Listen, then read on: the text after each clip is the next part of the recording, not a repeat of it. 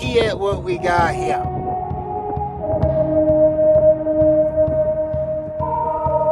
That's right.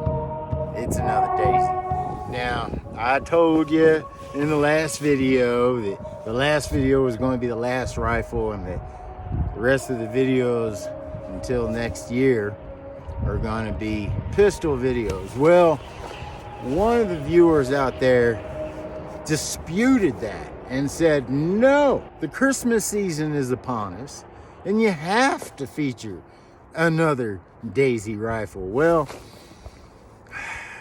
with a dispute like that, I just couldn't deny. So I have another Daisy. But which one is it? Well, let's see. This particular Daisy has a very interesting history. And we're going to briefly go into it. But mostly we're going to shoot it. Now, that is if it works. It's been a long time since I've shot this thing. Is this the Powerline 880? Well, by golly, I think it is. I wouldn't be able to tell you exactly because there are no markings on this except for on the barrel. And what does it say on the barrel? Powerline 880. That's what it says right on there. Maybe you can make that out.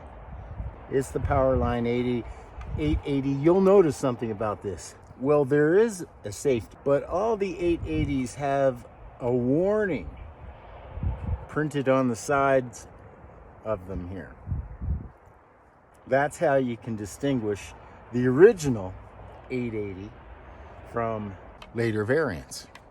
So this is, to the best of my knowledge, the very first Daisy Powerline 880. What's interesting about this? It's a BB gun. It's a multi-pump,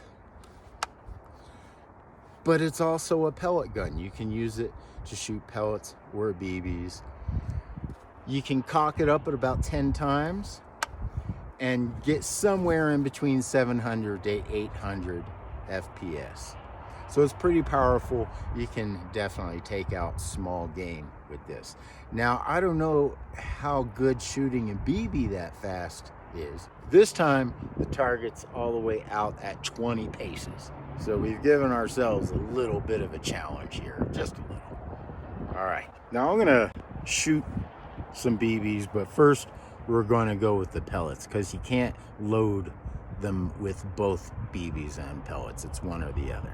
So first we're going to go with a pellet, which is only single load, and the BBs are multiple load. So this is what I'm using for pellets. I'm going to shake it, make sure there's no BBs in there, and then we're gonna load her up. And it is freezing right now, so I can't really feel my fingers. And these are kind of a pain. I have my criticisms for this gun. Frozen fingers doesn't make it any. It's just when you try to drop it in there, it just turns side. Well, if any of you out there have an original Powerline and have any advice on how to load these things. There was a BB in there. All right, since there's a BB in there and there's a magnet in there, it's going to be impossible to not impossible, it's going to be hard to get it out. Now, this gun might not work. Well, this is a first, but I'm going to post this video anyway. The original Powerline 880, the gun I love to hate or hate to love. I have not really gotten much trigger time on this, simply because when I purchased it, it wasn't working, or it failed. It failed to work shortly after purchasing it. I then did a seal job on it. It didn't keep, and I didn't shoot it much after I put the seal job on it. Now, it may be because of the cold temperature that the seal is shrunk and it's not working. I'll give this gun a try come springtime when it warms up, and we'll see how it goes. If any of you guys have any experience with the original 880, or you have a more current 880, let me know your experience with it. In the meantime, I'm gonna have to put this one back into the warehouse. The story of the 880 is interesting. It was Daisy's first multi-ammo, multi-pump rifle. It's the first Daisy that was, well, how shall we say this? It was the first Daisy that caused a fatality. The Daisy itself didn't cause the fatality, but the user caused a fatality. Let's put it that way. Let's put it properly, shall we? There was a lawsuit. In that lawsuit, Daisy had to put a warning on the side of the gun. You know, it may cause injury or death kind of a thing. The Powerline 880 came out in, I believe, 1972. And that's it. I mean, they had some fierce competition in the pellet gun world with Crossman and some other brands that aren't coming to mind right now. But that's the 880. Hopefully I'll be able to shoot this with you in the spring. I'm almost tempted to buy a more recent 880 or one of the most recent Powerline, because a multi-ammo, multi-pump that can shoot upwards into 800 FPS could be a very functional gun. Maybe not as fun as a Daisy, as like a Daisy BB gun with 1,000 BBs. Certainly a functional gun.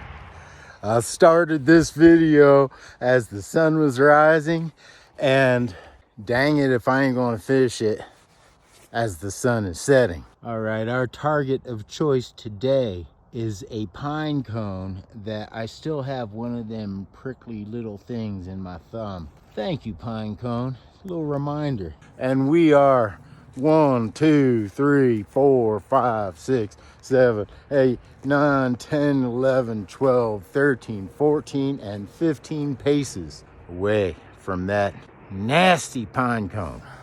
Now, with any luck, we're going to teach that pine cone a lesson. And I have a new rifle. I went back to the warehouse. I put that Powerline 880 back, and I got a very special, it's actually the one I intended to show, but it was too deep in the warehouse. I was too lazy to get it. Well, we got it. Now listen, a lot of you, if not all of you, have heard of the Daisy Red Ryder. Most of you have heard of the Model 25, the pump action. And of course, if you're familiar with my channel, you've heard about the Buck. Now, there's one gun, one Daisy BB gun that I don't hear a lot about. I never see it, and it's this one right here. Now, this is the precursor to the Daisy Red Ryder. We're talking 1938 here. Just a year or two before the Daisy Red Ryder, there was the Lightning Loader. Now, I'm pretty sure I've done a video on the Lightning Loader, so if you want some real thorough information on this, it's also called the Daisy number 108 Model 39. And of course, it's a Plymouth model. So I'm not quite sure if you're able to get any of that, but this is the precursor. Now, here's a little quiz for you. The precursor to the Daisy Red Ryder was the Lightning Loader, this one. Do you know what the gun after the 1940 Daisy Red Ryder is? If I can remember, I'll get back to it. But before we lose too much sun, I need to take care of some business. That pine cone and I have some settling to do. So, it drew first blood.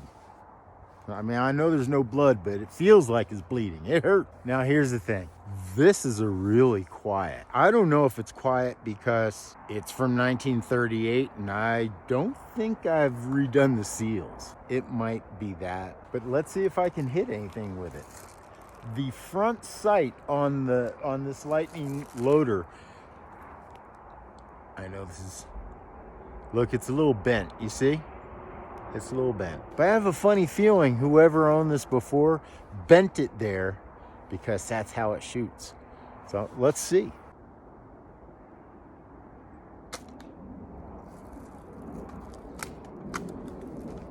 This is so weak that I don't think it can actually knock over the pine cone. And the forest out here, I'm pretty much up at above 7,000 feet. There's no litter. I love it. I'm gonna try to knock over the pine cone, all right? Let's see what we can do. Miss. I don't think it's knocking it over. Oh, miss. It's hitting, but it isn't knocking it over. Check it out. Man, I hit this thing point center. All right, let me see if it does anything at point blank. Let's see. It ain't budging. Oh, well, that's a really heavy pine cone. I'll give it that. All right, maybe we can hit something our own size. First, can this little pine cone get knocked over with this 1938 daisy? Yes! Let's try it at 10 paces. 1, 2, 3, 4, 5, 6, 7, 8, 9,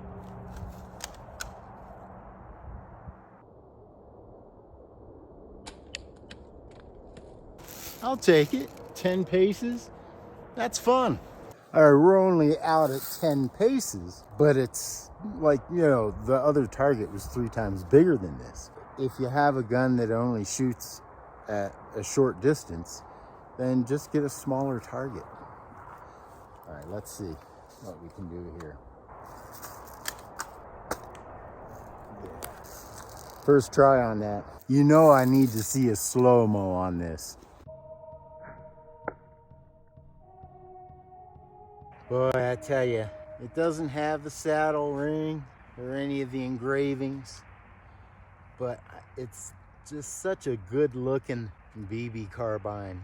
Yeah, I don't really know if it shot much harder, and only because I have older guns that shoot harder than this. In fact, the original 1940s Daisy Red Ryder, you saw how well that one shot, right? I mean, it was putting holes in that can. I don't know if any of you have the Lightning loader. Let me know how it works for you. Now, don't quote me on this, but I'm pretty sure I've done a deep dive into the Lightning loader, also known as the number 108 model 39. 39 may even mean 1939. So somewhere between 1938 and 39. That's this one right here. And this is in pretty dang good condition. Looks like I might have lost a nut here. I don't get to shoot a lot of these old guns all that much, but it's a real pleasure to be able to pull them out and to share them with you guys. Hey, if you haven't done so already, subscribe, give a like. Guess what?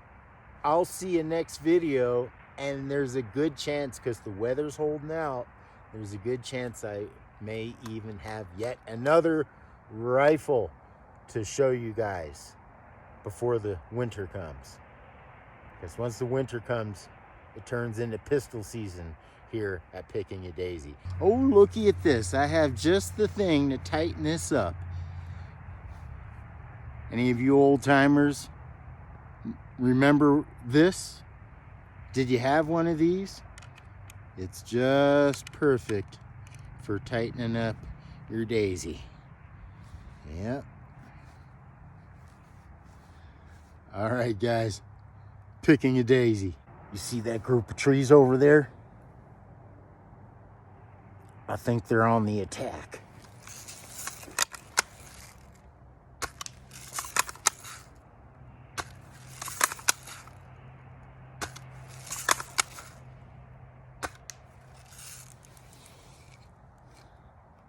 Attack has been nullified. The Lightning loader, the new 1938 Daisy BB gun. Now, some will say that the number, the model rather, the model number denotes the year. And there's a bit of contention with that. Yeah, if any of you guys have information on that, let me know. From my understanding, kinda. I think it sort of had to do with advertising. It was better for them to put something out a year later, or maybe it was made in 38, not released until 39. Maybe this carbine wasn't even made until 1939. Yeah, if anybody has information on the model number and its reference, in this case, the number 39. My memory may not be serving me correctly, but I believe the model number 39 was actually made in 1938. Again, I could be wrong on this, so if any of you guys know, leave it in the comments down below. Oh man, before I go, listen, since we don't have a lot of time for the rifles, you guys should let me know what you want to see next. Now, from what I can remember today when I went to the warehouse, I have all 3 variants of the Buzz Barton. I have a good handful of guns from the early 1900s. Again, all Daisy BB guns. And then I've got some interesting 1980s Daisy BB guns as well. So let me know what you want to see. And yes, I still have the Chicago model 1889, but I haven't been able to get it to work yet. So I'm not really going to bother with that one yet. Somewhat concerning, I wasn't able to find any of my nickel plated model number 25s. I don't recall selling them, but I might have. But I still have a good handful of the original model 25s as well. So again, let me know what you want to see. I even have a couple of early 1900s break barrel daisies. 1 or 2 of them are even multi-ammo, meaning it takes BBs or darts.